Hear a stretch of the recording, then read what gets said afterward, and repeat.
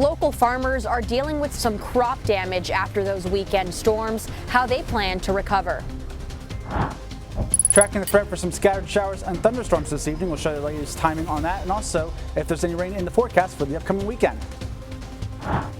We noticed the roof of the bank was on fire. An explosion, sparks of fire at a bank which left thousands without power.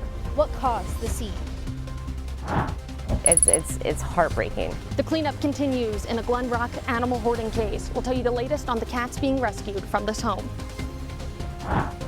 A Pennsylvania man accused of threatening Governor Josh Shapiro to burn down his residence and making anti-Semitic comments towards the governor. What we just learned from the court documents today. WGAL News 8 starts with breaking news. Rain moves through the Susquehanna Valley once again. This video from a News 8 viewer taken in the last hour off Electric Avenue up in Lewistown, Mifflin County. You can see water pouring down from an elevated parking lot and into the street. Looking live on the roads from Storm Tracker 8 in Lancaster County, a flash flood warning is in effect in the northern part of the county and in other parts of the Susquehanna Valley tonight. And the News 8 Storm Team here to keep you informed and prepared. Good evening, everybody, and welcome to News 8 at 5 on this alert day. I'm Michael Fuller. I'm Susan Shapiro. Let's check in with meteorologist Mike Susko with what we're seeing right now. Yeah, good evening, Susan and Michael. We are still tracking the scattered showers and thunderstorms right now across parts of the area. And as you mentioned, we do have some flash flood warnings that are in effect. So here's a look at the radar. The heaviest of the rain right now is mainly west of the Susquehanna River, but we are also seeing rain also to the east. It's just not as widespread. The flash flood warning in northern Lancaster County there near parts of Elizabethtown, also the Mount Joy area and Milton Grove will go until 5:45. That's because radar estimates, as you can see, are over 1 inch in spots. There's also another flash flood warning in Cumberland and York County. This includes Carlisle, Mount Holly Springs, Dillsburg, as well Dickinson, as well as Newville there. That will go till 7:45. And we do have more rain on the way there. You can see it off to the west here. So again, I do expect us to see some more showers and thunderstorms as we go through the next couple of hours. You're looking outside Carlisle here where the rain looks like it might be lightening up a little bit, but we have been watching that rain come down for a little bit. As we go through the rest of this evening, now till about 8 o'clock will be the best chance for these showers and thunderstorms, including the brief heavy rain that could come along with it and some of the isolated flash flooding. When we look at the 24-hour forecast, once the sun goes down, we will dry things out. Tomorrow is going to be a mostly cloudy to partly sunny day. There is a chance for an isolated shower or thunderstorm in the afternoon, but it is not going to be very widespread. Temperatures tomorrow expected to be mainly in the 80s. And then after that, we are trending back into the 90s once we get through to the weekend. So next week, we're going to be warming things up once again. But if you're wondering about the weekend forecast, here's a look at Saturday and Sunday, both looking pretty good. Although again, tomorrow, maybe an isolated shower or thunderstorm is possible.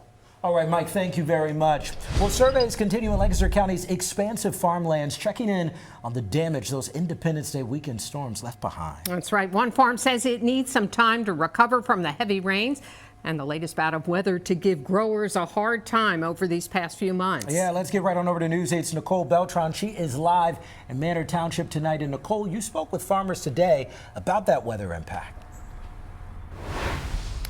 I did, Michael and Susan, and volunteers here at Home Fields Care Farm tell me while the heavy rain is great for their crops, days of wet soil can also be very harmful. However, they're not letting this get them down. They tell me they're looking at the bright side and they are learning from these impacts and seeing how, and they can learn something from every storm.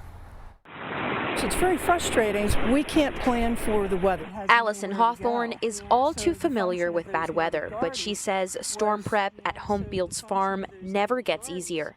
After the weekend storms, flooding is one problem she spotted. She says the water moves around the nutrients in the soil that crops need for growth. Good and healthy, nutritious food starts with soil. Erosion is one of the most significant problems that can occur. Agriculture expert Greg Martin says keeping an eye out for those problematic areas makes the difference. Making sure everything drains appropriately and correctly so that you're directing the water where you want it to go, not where it wants Homefield's farm volunteers are doing just that. Crews spent the weekend monitoring the rain and spotted those areas prone to more flooding. So we can see in real time where is this water accumulating. That will help us make an adjustment for crop placement. Their next steps will be moving plants around so the crops suffering the most from the flooding are more elevated.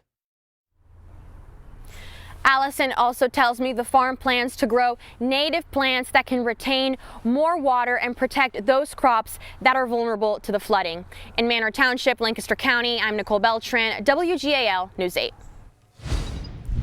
Some parks in the Susquehanna Valley remain closed tonight because of conditions caused by the storms. Public Works officials in York County say a telephone pole came down in the Powell's Dog Park near the Heritage Rail Trail in York City.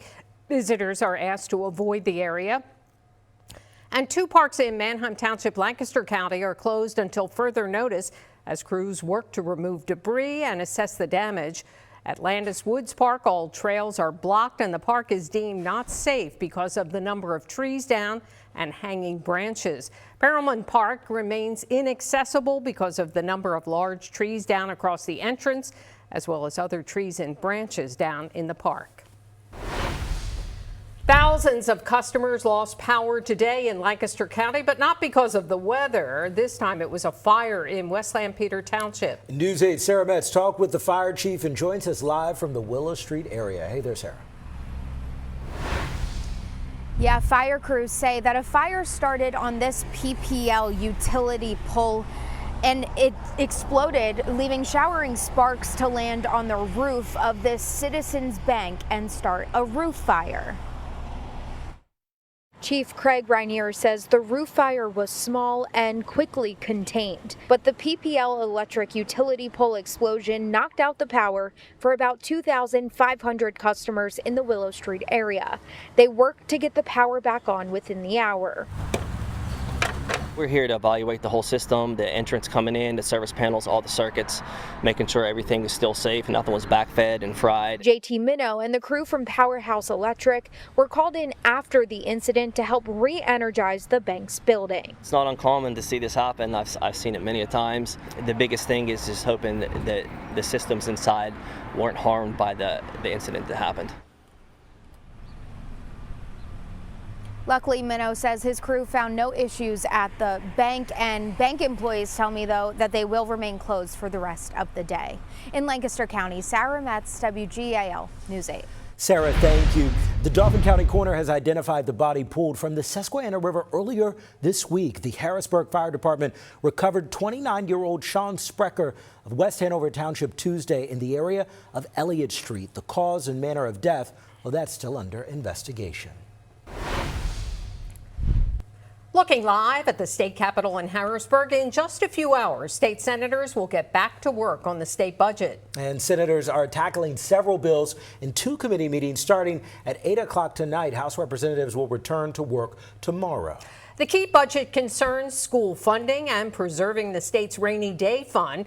Lawmakers from both sides of the aisle say they're optimistic and hope to have a deal finalized sooner than the months-long impasse the state had last year. There are no votes scheduled tonight. Voting begins tomorrow through Sunday.